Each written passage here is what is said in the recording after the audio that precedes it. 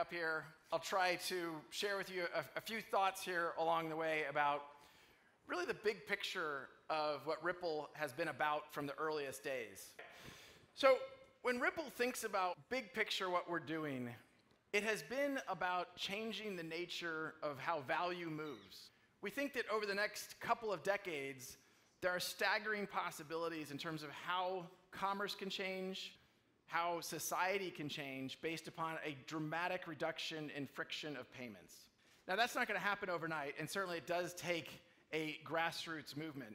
But what I'd like to share with you over the next 20+ minutes is really where some of the origins of Ripple has come from, as well as share with you a couple of announcements we're making today for the first time. I joined Ripple 3.5 years ago, and I will say a big part of the reason I joined the company was really Chris Larson's vision. Chris Larson, the co-founder of Ripple, really from the earliest days has talked about this internet of value. And Chris has demonstrated a track record of seeing around corners. First with eLoan and really democratizing the lending industry using the internet. More recently with Prosper.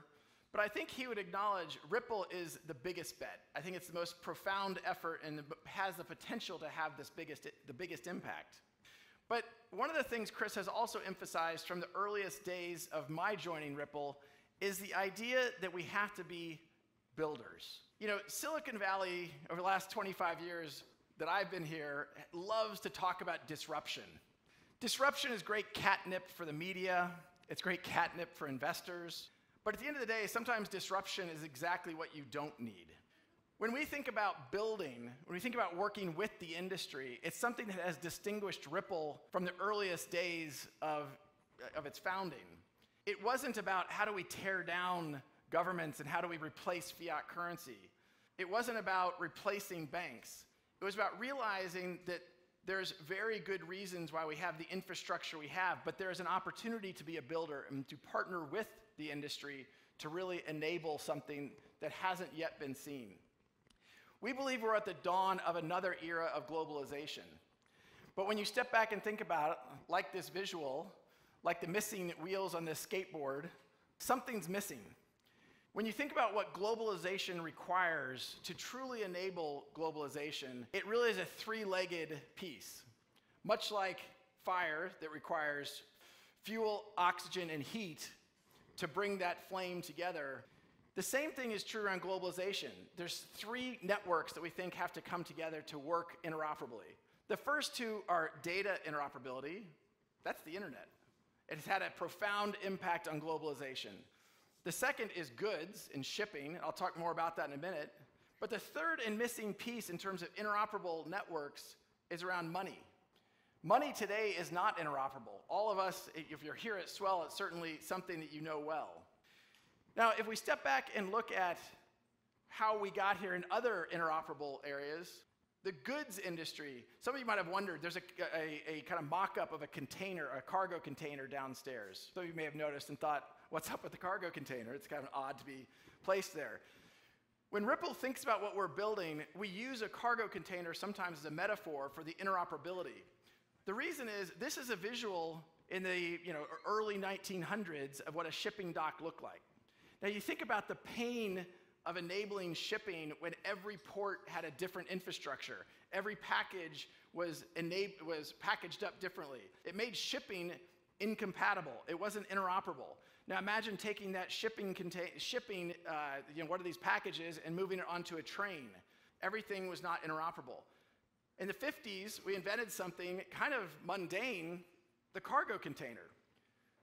This cargo container enabled interoperability between boats, trains, trucks, and over the next 2 decades, we saw a 700% increase in global commerce. This was the interoperability of different networks coming together to reduce friction and reduce cost in a very material way.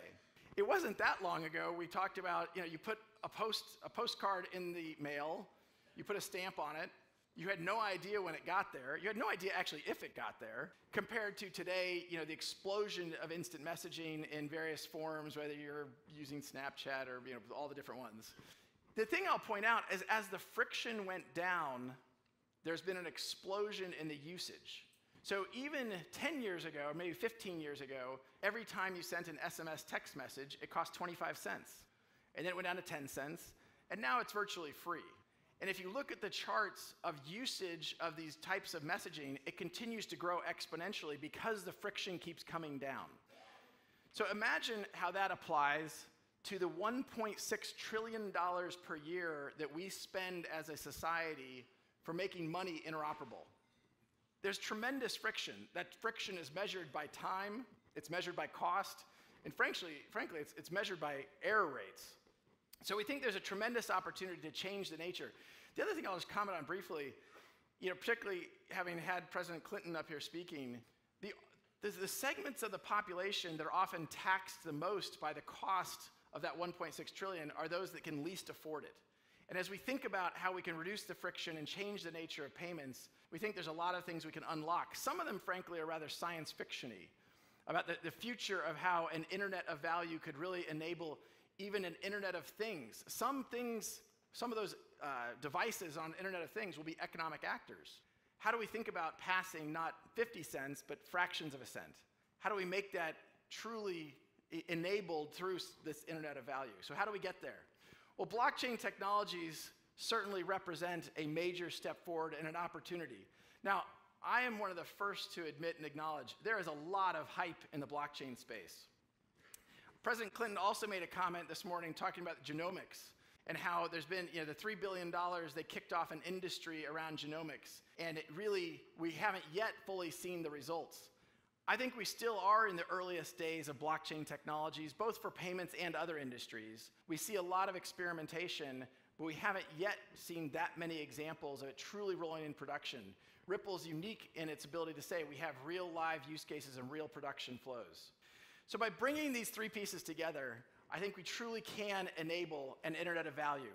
We can enable money to be interoperable in the same way goods, in the same way data, and to truly enable a bonfire to exist, enabling global commerce to accelerate, to enable the industries, and frankly, even a segment of the population to be brought into the fold. Well, when Ripple started 5 years ago, from the earliest days, our mission statement has been something pretty simple. The Internet of Value, enabling value to move the way information moves today. Really removing the mission we talk about in the shorter term is to remove friction from global payments. This is the point at which there's the highest friction, the highest error rates, and the slowest experience. So I think one of the reasons why Ripple has been successful is because we've been very focused on one use case. There's a lot of things going on in the blockchain world, and there's companies that I think, to make fun of myself a little bit, have their own peanut butter problem. They've spread themselves very thin. They're working on lots of different initiatives. And I think Ripple has gone deep in understanding the payments problem and how we can address that using these technologies. So let's take a moment to talk about understanding that problem. Some of you also may have noticed as you've been downstairs that there are some airline chairs. Now, some people who work at Ripple thought that those were airline chairs because they used it as a demonstration because our expense policy doesn't allow them to sit in the big seats. And they sat down in them, they grabbed the CFO of Ripple, Ron Will, and they're like, hey, look, how can I do this? I fly to Kuwait, how can I sit in these seats? That's not the problem we're here to talk about. I often point to the fact that if you wanted to move $10,000 to London today, if you wanted to move $10,000 to Kuwait today, the fastest way to do that is to get a car, drive to SFO, buy a plane ticket, and fly the 14 or 16 hours to Kuwait such that you have the money there. That's a crazy statement. In a world where I can stream video from the space station, literally, I can't move my own value efficiently between networks. So one is, it is slow. The second is, I'm always amazed, Swift has a reported error rate of 6%. Imagine if 6 out of every 100 Google searches you did had a failed result. That's a crazy statement. We have an observer to our board of directors who's a CFO of a Fortune 50 company. He actually said in their experience, they do a lot of cross-border transactions, he said to us that they see an 11% error rate. Now again, this isn't to say that these aren't correctable. It's that human intervention is required, and it slows things down and obviously has costs associated with that. Most impactful is the trapped liquidity that is inherent in the cross-border, in the correspondent banking network. We've seen estimates from the players like major consulting firms estimate there's $10 trillion trapped in accounts around the world enabling the current correspondent banking infrastructure. To the extent we can make that more efficient, we can dramatically change even the economics of many different payment companies, banks, and again, making this more efficient for global commerce, making more capital available to put to work to banks' core mission, not to pre-fund and have the dynamics associated with that.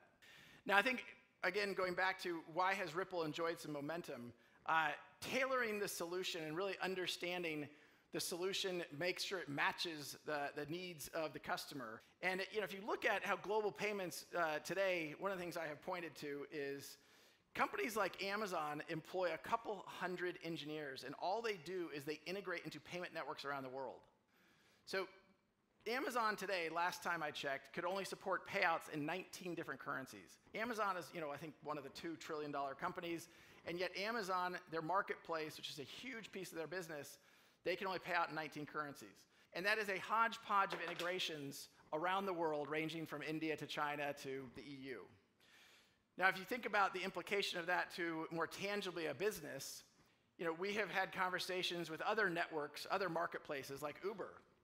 Uber knows that if they can pay their drivers more frequently, the retention of their drivers goes up. Uber has a big challenge in that people join to become drivers and then they churn out. That means that Uber has to go acquire new drivers. That's not a great thing. Now, some of you probably took a taxi here this morning. When you got out of the taxi, you either paid them in cash or you paid them with a credit card, which frankly would settle in a couple days. In contrast, when you're using Uber, the Uber drivers get paid every 2 weeks. Why is it they get paid every 2 weeks? How can we reduce the friction so every time you get out of an Uber, the Uber driver gets paid? Uber wants that to happen, and despite being obviously a major player, the ability, the friction even associated for someone like that is challenging. Our vision is to truly enable global payments such that you can plug in with one API, and whether you're seeking liquidity, whether you're seeking a payment into a payment network, whether you're seeking a payment to a bank, to reduce that friction such that it is real-time and extremely low cost. By doing that, we think we can let RippleNet truly scale to serve a new set of customer demands, on demand and real time. Again, we are all witnessing a generation grow up that are sometimes pejoratively described as millennials. They expect real time. They've grown up with the expectation that this is going to be a real-time experience. They can click on their phone and have ice cream delivered in 30 minutes. So we can make them low cost. We can truly get a dramatic reduction in the error rate such that there are not failures, and deliver an elegant experience both to banks and to their customers. Ripple has been fortunate to have some really profound momentum. Many of those, one of the reasons are the customers here in the room. As a cross-section, we have announced over 100 customers. These are a handful of names. Again, many of them are in the room, ranging from Siam Commercial, Amex, Santander, certainly Remitter, Instarem. But we couldn't be more proud to be able to show slides like this, and we know that we owe our success to the partnership with all of you in the room. I'll give one specific example of a corridor that we brought live about a year ago, and that's between it's really targeted for the population in Japan, Thai workers who are in Japan who want to send payments back to Thailand. In partnership with SBI Remit and Siam Commercial, we brought this corridor. It was one of the first corridors we brought live, and we've seen dramatic month-over-month growth that has continued because it's solving a real problem for a real customer. And we compare that to some of the hype in the blockchain ecosystem. We think it's served us very effectively. So stepping back, why are we here today? Well, we're here certainly to connect all of you, to spend a couple of days talking about the industry, to bring a lot of powerful speakers up here. But we're also making a couple of announcements about what's going on at Ripple. One is, it has been a tremendous 2018 for Team Ripple. We have had a huge sales year. Just recently, we announced PNC joining RippleNet, the National Bank of Kuwait. We announced the National Commercial Bank of Saudi Arabia very recently, and that momentum has continued to build. A very important, powerful part of what we're doing with RippleNet is a network has network effects. The more nodes on the network, the more value there is to join the network. So that has continued to grow. Second, we have continued to grow as a company ourselves. I had a nice opportunity to speak with some of our customers last night at an event over drinks, and one of the things they said is how much they had witnessed Ripple changing from a year ago, that we have grown the team now. We stand about 300 people, about 100% year-over-year growth that has enabled us to sign about 2 production contracts per week. But I think one of the things we're also perhaps most excited to announce today is that we are moving xRapid into production. That has been a big step and certainly watched across the industry. I am very impressed with the team at Ripple because this was just an idea about a year ago. We now, and actually I got an email moments ago that we've now done our first production payments, partnered with Qualix into Mexico, live within the last hour. So this is a major step forward. We're excited to announce the partnership, but Qualix, MercuryFX, as well as Catalyst and the work we're doing there with xRapid, I think is demonstrating we're solving a real problem, and to the extent we can do that at scale, it can have a dramatic impact for both these customers and many others in the future. So in summary, I will conclude just by saying I think it is a profound honor to have you all here. As we heard this morning from President Clinton, it truly does take a movement to change the world. When I joined Ripple about 3.5 years ago, somebody in the audience asked me, why is it that I wanted to join Team Ripple? And I quoted, a gentleman who's often quoted in Silicon Valley, Steve Jobs. I think many people in Silicon Valley want to put their little dent in the universe. And I think by working with everyone in this room, we have the opportunity to do that in a pretty profound way. So I want to thank you all for being here. I want to thank you all for participating over the next couple of days. And I look forward to meeting more of you as I'll be around the next couple of days. Look forward to meeting more of you then. Thank you very much.